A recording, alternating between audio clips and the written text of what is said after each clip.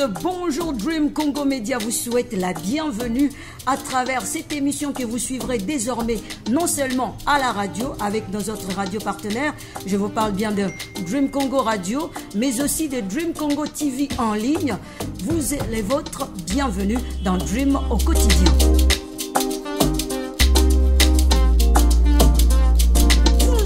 Tous les jeudis à pareil moment, je vous rassure, sur les www.dreamcongo.com et aussi à travers nos radios partenaires ici dans la ville de Goma en République démocratique du Congo.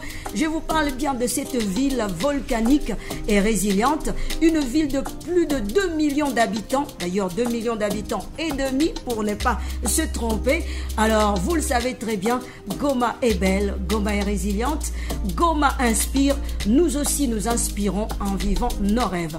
Alors, restez scotchés et karibu kwenu.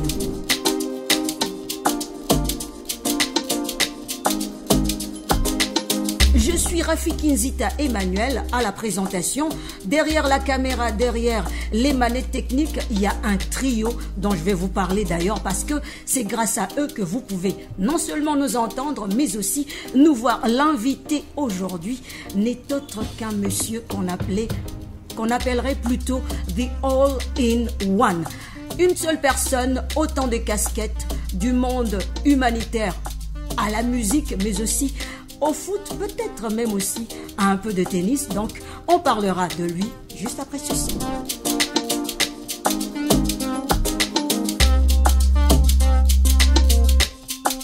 Kaributena, comme on le dit chez nous ici à Goma, bienvenue, welcome. Nous sommes avec the one and only, le seul et l'unique, Jimmy. Karibu grand.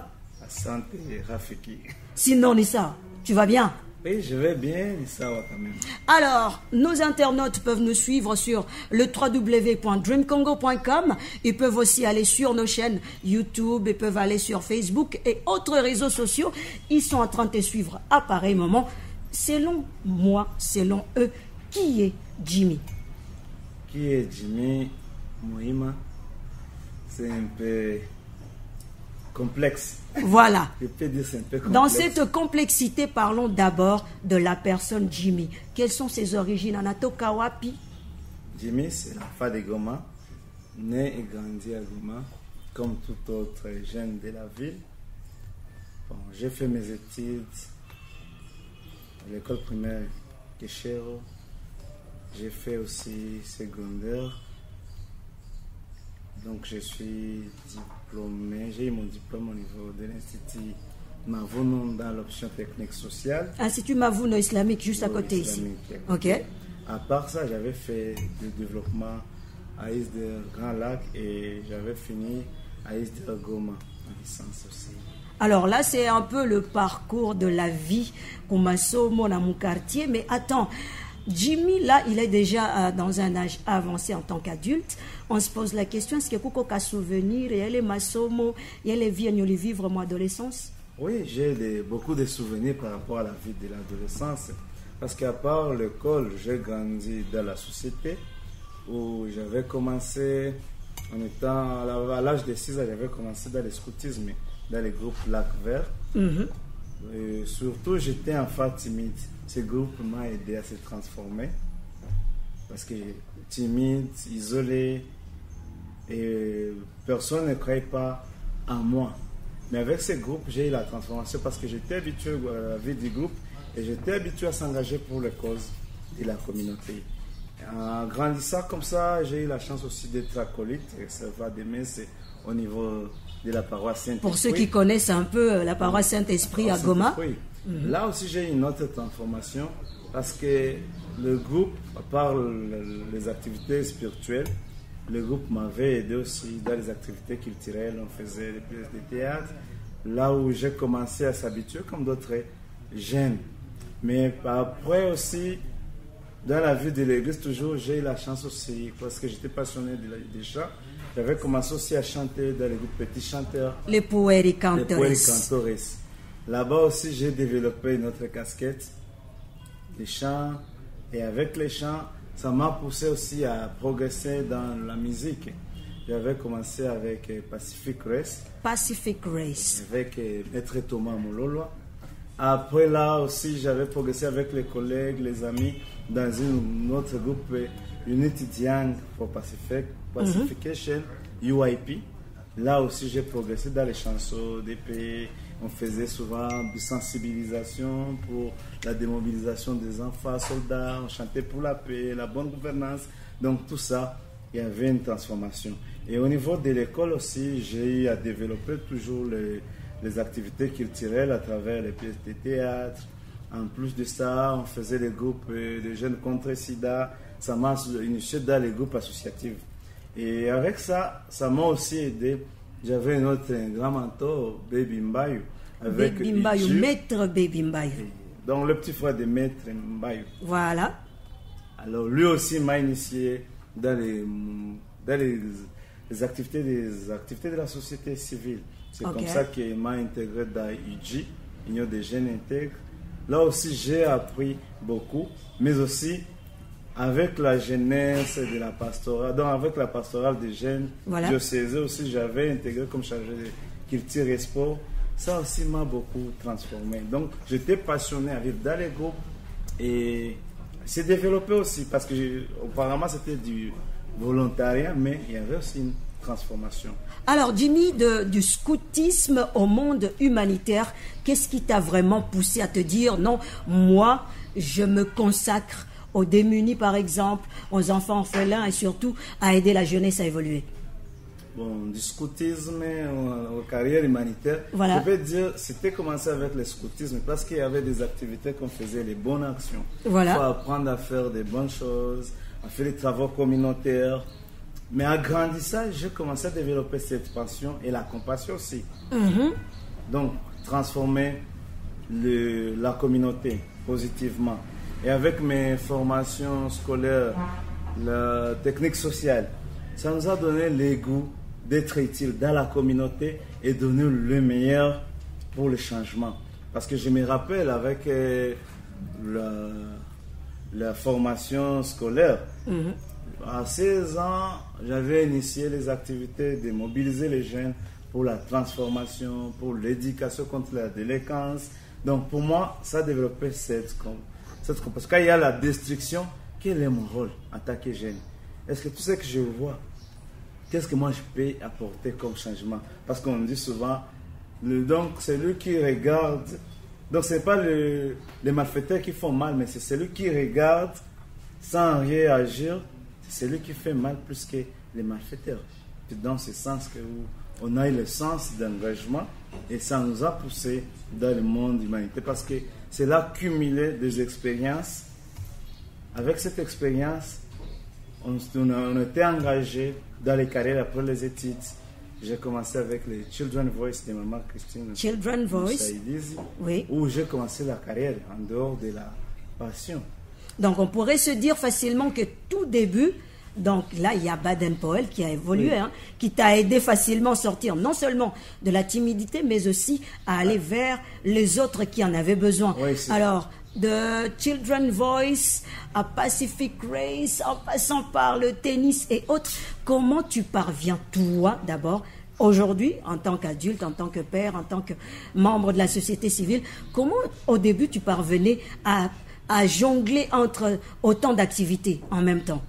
D'abord, il y a la jeunesse. Quand on est jeune, il y a la passion, il y a l'énergie et il y a les kakungu. Donc les gens s'attirent. Voilà, les kakungu. Ces termes, on va y revenir, parler de ça vraiment en bon français. Parce que, attends, quelqu'un de... L'influence du groupe. Ah, voilà, l'influence du groupe. Sinon... Estonie, tu as kakungu à comprendre. Bon, là. Mais aussi dedans, il y avait aussi le leadership, la vision de changer. Alors, tu sais, on dit souvent, ceux qui se ressemblent s'attirent. Avec cette vision, on s'attirait, on s'est fédéré avec les autres pour donner l'influence. Et en plus de ça, j'avais aussi la chance, avec mes amis, me donner aussi confiance. Comme je te disais, j'étais un peu timide. Mais les amis voyaient en moi quelque chose qui influence positivement. Et ils me donnaient aussi des rôles de leadership, de guider. Et cela m'a... Donc, ça a renforcé ma passion. Et dans tout ça, si je le dis, ma passion, Parce qu'on faisait tout ça avec nos propres forces, nos propres énergies et nos propres poches. Ah, vous touchiez dans votre propre poche. Juste, on voulait les changements, on voulait des choses positives. Moi, je me rappelle, après les études universitaires, les collègues, les amis, on avait créé le groupe dentaire Tazamagrala. C'est un groupe qui avait impacté surtout les jeunes de mon quartier, le leader aussi de mon quartier qui nous considérait plus, se mobilisait beaucoup avec cette énergie de la jeunesse. C'est ce qui m'a même propulsé chez Children's Voice et être aussi un jeune compétent avec beaucoup de compétences et capacités. Nous allons revenir sur vous, Jimmy.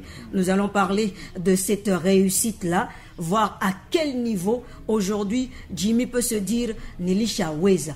Même si c'est Afrique face, mais j'ai eu ceci. Mais en attendant, auditeurs, auditrices, téléspectateurs et téléspectatrices, nous vous rappelons que si vous avez des questions, vous avez des suggestions, vous avez des propositions, visitez notre site, le www.dreamcongo.com. Nos contacts y sont, nos réseaux sociaux sont affichés là-dessus et surtout, n'hésitez pas. Vous avez un sponsoring, vous avez besoin peut-être que nous puissions vendre positivement l'image de votre marque, bienvenue, Caribou. Revenons encore à notre frère Jimmy. Alors, Léo, on est en 2025. Que ce soit en 2026 ou au-delà, Jimmy peut se dire, je suis fier de moi, ou touche à toute timidité, ma vie, ma jeunesse m'a donné ceci, quoi, exemple. Okay. Avant d'abord de répondre à ça, il y a quelque chose que je n'ai pas répondu. Voilà. Moi, j'ai combiné les tout. Donc, pour le tennis, c'était quelque chose de la famille. Ah, c'est une affaire familiale. Donc, il y a des choses qui étaient innées, des choses acquises. Donc, c'était dans la famille où notre papa jouait et il nous a initiés. Mais à mon âge de 14 à 15 ans, j'étais passionné de basket. Puis ce qui a fait que je n'ai pas été beaucoup investi dans le tennis. Mais actuellement, en grandissant, je suis là, je contribue comme promoteur qui veut le changement des jeunes champions. Donc, je suis toujours dans le tennis, dans le sens d'influencer la jeunesse. Par rapport à la question en âge adulte. Aujourd'hui, là où on est assis maintenant, si on se disait, il part en retraite, il sera fier d'avoir eu quoi, et d'être devenu qui? Bon, la première des choses, j'ai beaucoup aimé parce que j'ai beaucoup transformé. Partout où je passe, il y a l'impact positif. Il y a le monde qui considère mes compétences. D'abord, quand je donne mes compétences au service de la communauté, bien que c'est d'une façon de la carrière, mais il y a aussi d'une autre façon volontaire. Il y a d'abord les gens qui connaissent Jimmy comme acteur humanitaire. Voilà. Et quelqu'un qui aide la jeunesse dans la formation, dans les conférences. C'est là, quand quelqu'un vient me consulter, quand quelqu'un veut que je donne mon apport pour le changement de quelque chose, pour moi, ça donne fierté. Parce qu'il y a des moments où tu es là, donc tu crois que les gens ne vous connaissent pas. Et ce que tu fais, ça n'a pas d'impact. Mais quand les gens viennent te demander, nous avons besoin de votre aide, c'est là pour moi, ça donne une fierté parce que je donne ma contribution pour le changement des autres. Il y a plusieurs projets là où j'étais plus engagé. J'ai laissé d'abord mes connaissances, où j'ai contribué à élaborer certains projets. Et ces projets sont réels jusqu'à aujourd'hui. Par exemple, chez IROC, j'ai beaucoup contribué. C'était une organisation qui était petite. Et durant tout mon parcours, j'ai donné tout le meilleur de moi-même. Et cette organisation est viable. Avec Tazamagrala, c'était aussi la même chose. Et actuellement, il y a même des jeunes qui ont bénéficié de ces formations. Même chez Saouti, j'ai contribué, j'ai joué mon rôle très bien. Et pour moi, c'est une fierté. Personnellement, cela m'a beaucoup aidé à développer l'estime de soi. Ok. Parce que au-delà de sortir de la timidité, tu t'es estimé. Je m'estime, je suis conscient qui suis-je dans le monde et qu'est-ce que je peux faire pour les autres. Et tout ce que j'ai, je les donne. Parce qu'après moi, au moins il y aura des témoins. Deuxième chose, je peux dire, il y a la transformation personnelle parce qu'il y a actuellement des connexions vers le monde. Donc je ne suis pas seulement un jeune du Congo, mais je suis au moins un jeune de l'Afrique et même du monde. Parce que j'ai des contacts, j'ai des relations grâce à mon savoir-faire. Parce que comme je t'avais dit, ceux qui se ressemblent s'ensemble. Voilà. Tu vois, partout, les gens peuvent te consulter, partout tu peux avoir les amis, parce que vous avez des choses en commun. Cette commutativité nous donne une identité presque de partout. Alors, Jimmy, revenons à vous. Vous avez parlé de basket, vous avez parlé de tennis, vous avez parlé de monde humanitaire, vous avez parlé de tout ça. Mais si on veut résumer Jimmy en un mot, qui il est? Jimmy. On peut le retrouver dans quel domaine exactement? Bon, pour ma carrière, je suis humanitaire. Mais pour ma pension, je suis partout. Non, tu es biothéca, si on peut se permettre le terme. Donc, tu es touche à tout, quoi. Je suis touche à tout. Mais tout cela a une connectivité. Ok. Je ne peux pas dire que... Il y a une corrélation entre... Il y a des corrélations dans tout ça. Le parce sport, que ça la permet, musique, l'art et tout. Ça me permet de jouer mon rôle même dans l'humanitaire. Par exemple, quand je parle de basket ou de tennis, c'est quelque chose du rassembleur. Et moi, en tant qu'humanitaire, qui travaille dans la transformation des conflits, la consolidation de la paix et la protection, d'abord, ça me donne le cœur de protéger. À part protéger, rassembler les gens. Donc, tout ça, ça sert comme un outil. Pour moi, ça sert comme un outil pour me réaliser. Par exemple, la musique. La musique, pour moi, ça me permet de donner mes opinions et les partager. À part ça, éduquer. Donc, ça me permet aussi d'éduquer. Et bien, ça me permet aussi de se connecter aux autres. Donc, ça me permet d'amener ma voix un peu loin. Parlons du sport. Ça me permet d'être presque avec tout le monde et accepter tout le monde sans différence. Ça me permet de quitter mon petit monde. Ça me permet de quitter aussi le Congo. Mais ça me met toujours en connexion avec tout le monde. Donc, moi, je peux dire que c'est là. Il y a des corrélations. Voilà. Dans le sens que c'est là ont servi pour moi comme les outils.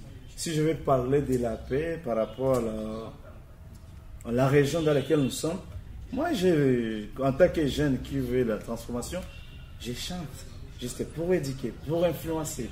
Si on peut dire du sport, quand tu vas rassembler les jeunes de différents endroits, sans tenir compte de leurs différences, ça me permet aussi de construire la paix dans ce sens. Et même le basket, tout ça. Voilà, alors en parlant de la paix, vu que nous sommes dans une région souvent en conflit, on ne va pas trop être politique. Je reviens sur ce point, pourquoi nous sommes la jeunesse. Et il est dit souvent que la jeunesse est l'avenir de demain. Alors, selon toi, selon Jimmy Mouima, que doit faire un jeune de Goma, ici où nous sommes, pour construire ou amener à ce qu'une paix durable puisse exister, sans vraiment aller dans le côté politique et, disons, militaire qui soit? C'est une question un peu complexe, oui. Mais ce que les jeunes doivent faire, ils doivent quitter les stéréotypes. D'abord quitter les stéréotypes. Parce que la plupart des conflits, la plupart des réalités, surtout ethniques que nous vivons ici, ce sont des histoires racontées. Et les gens ont les mauvaises images des autres par rapport aux histoires racontées. Mais par rapport à nous, les jeunes qui se rassemblaient avec les autres, dans des groupes, dans la musique, dans le sport, on se côtoyait sans connaître qui était. Juste on avait la même vision. Et avoir la même vision, c'était juste la transformation et l'acceptation. Je peux dire par exemple mon expérience avec Don Bosco. Pour nous, Don Bosco c'est une famille. Parce que j'avais évolué en basket avec Don Bosco et Tige. Voilà. Et là-bas, nous on formait une famille. Jusqu'à maintenant, on se retrouve partout. On est une famille. Donc c'était une vision où on se retrouvait sans le préjugé, sans le stéréotype. On s'acceptait, on voit que notre vision c'était gagner ensemble et partager même. Donc pour moi, un jeune sans pour autant passer à côté. Le jeune doit apprendre à se rassembler avec les autres parce qu'il y a une complémentarité, il y a une construction. Et en état adulte actuellement, si je suis ici actuellement, donc ce n'est pas mes frères ou mes adultes qui ont contribué pour mon changement. Ce sont les amis, toutes ces connexions. Voilà, alors en parlant de connexion, je reviens sur un point qui est très important quand on a multiples casquettes. Quand on est polyvalent comme Jimmy Mouima, on sait que c'est énergivore, si je peux me permettre le terme. Ça consomme de l'énergie, ça crée un stress intense. Comment fait Jimmy pour entre guillemets, se déstresser, si on peut utiliser le terme, pour se détendre? Qu'est-ce qu'il fait de son temps libre? Est-ce qu'il en a d'ailleurs un temps libre? Donc, des fois, on a le temps libre parce qu'on évite l'épuisement. La première chose au quotidien, je dois avoir un agenda. Donc, dans mon agenda, pendant la journée, je dois avoir 30 minutes de méditation. Ça, c'est le premier moyen. Deuxième moyen, des fois, je chante, je prends ma guitare.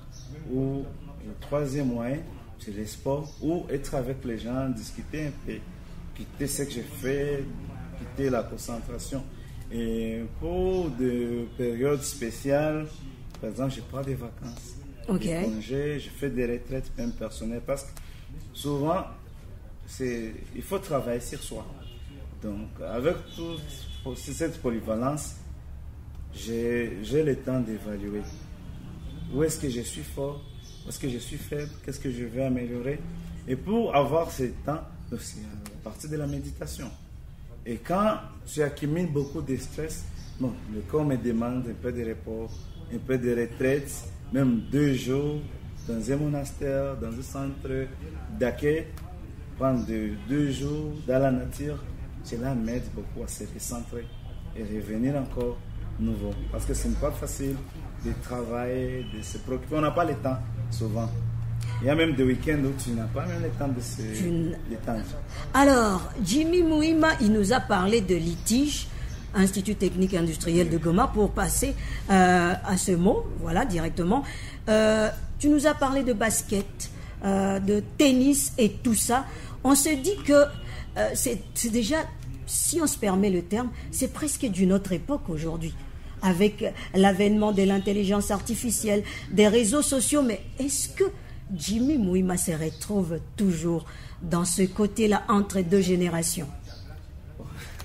Bon, je suis dans les 2 générations parce que nous avons devant nous les grands qui nous inspirent et nous avons les petits qui viennent derrière nous, qui sont nos successeurs, avec qui on veut laisser l'expérience. Voilà. Donc tu te retrouves dans les 2 mondes. Dans la balance, quoi. Dans la balance. Et donc, selon toi, qu'est-ce que tu dirais à un jeune qui veut devenir le nouveau Jimmy Mouima de demain, mais qui est confronté à tous ces obstacles-là, à tous ces problèmes? Il y a l'intelligence artificielle qui est là.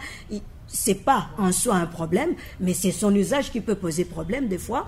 Alors, les réseaux sociaux, l'utilisation de 10 réseaux sociaux ici à Goma, est-ce que ça peut aider un jeune facilement, ou bien c'est juste pour que nous puissions danser, nous divertir et oublier?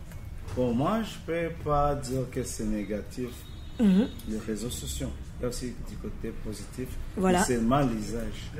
Par exemple, moi, quand je suis dans les réseaux sociaux, c'est juste pour la formation, l'apprentissage. Parce qu'il y a beaucoup de choses que j'apprends sur les réseaux sociaux. Je ne peux pas acheter le giga juste pour s'amuser, pour rire. Suivre un live sur TikTok, par exemple. Je ne critique pas TikTok. Suivre, peut-être aller sur Instagram et télécharger des vidéos qui font rigoler. Tout dépend des côtés.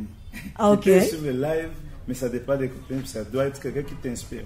Donc, ce que je dis souvent à la jeunesse, c'est d'abord être conscient. Être de conscient. Leur profil. Parce que moi aussi, je suis le fruit de transformation qui prend.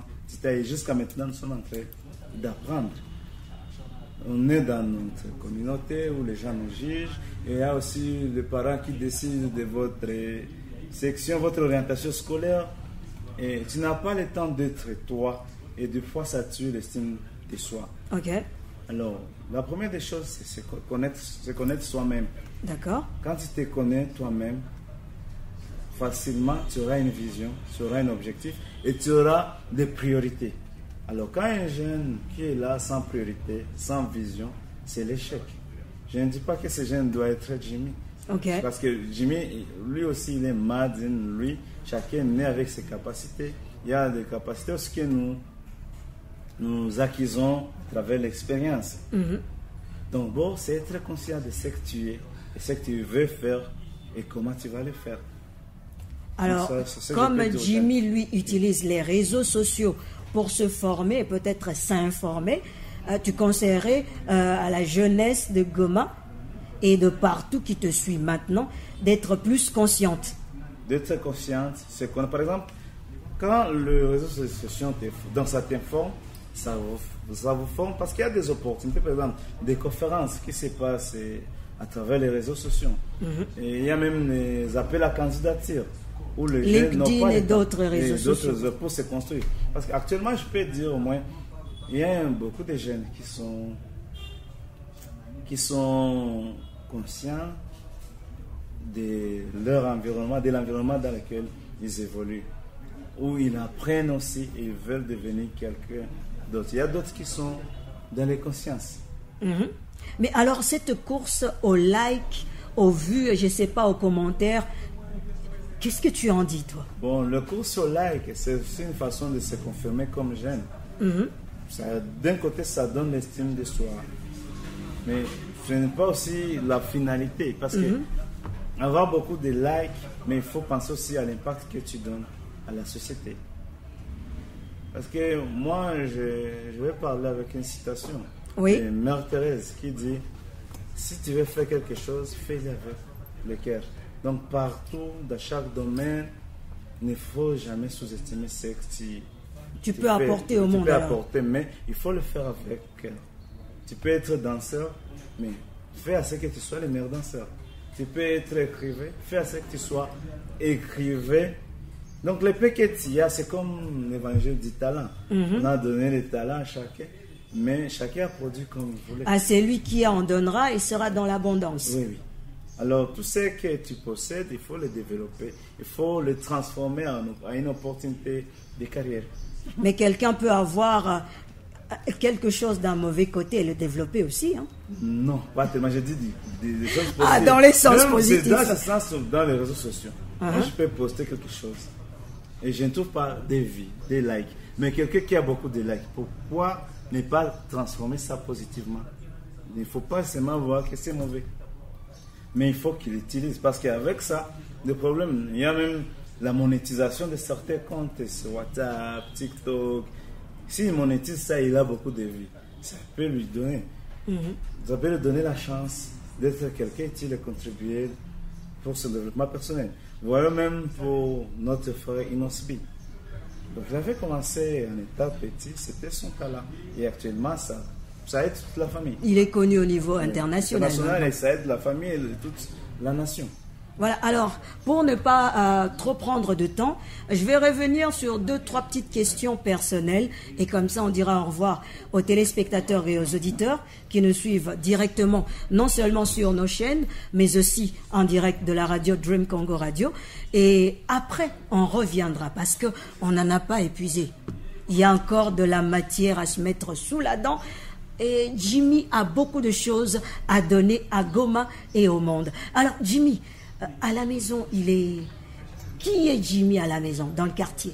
C'est le garçon encore timide d'antan ou c'est le papa maintenant responsable dans le quartier? Bon, dans les quartiers, Jimmy, il est papa responsable. Il est aussi quelqu'un du connecteur. Parce que, un peu, avec tout ce que vous avez remarqué comme des capacités, les gens qui veulent consulter, les gens qui veulent être consolés dans ce sens et d'autres qui veulent être guidés.